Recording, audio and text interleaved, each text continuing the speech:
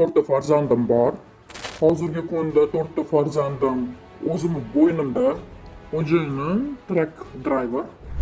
O'zini o'sha narkotik moddasi uchun pul topardi. Farzandlari uchun hech narsa qilib bermasdi. Janjallashganimizda urgan, ugrashasi qilib kelgan, o'ldiraman, unaqa qilaman, bolalarni oldiga kelmaydi. Shunga men maslahat olgani kelgandim.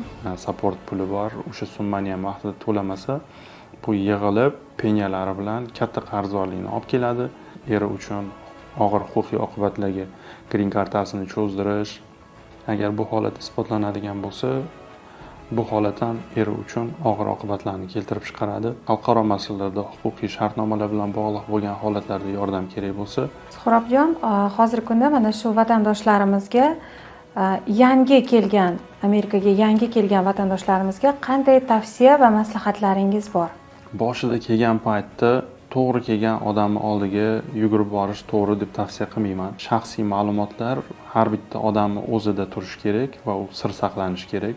Siz butun umr boshqa kasbda ishlashingiz mumkin, lekin bu sizni hayotingizni sifatini boshqa darajaga tushirib tashlashi mumkin. Agar siz Amerikani juda sevib qolgan taqdiringizda ham boshlang'ich paytida qonunlarni buzishni tavsiya qilmagan bo'lardim.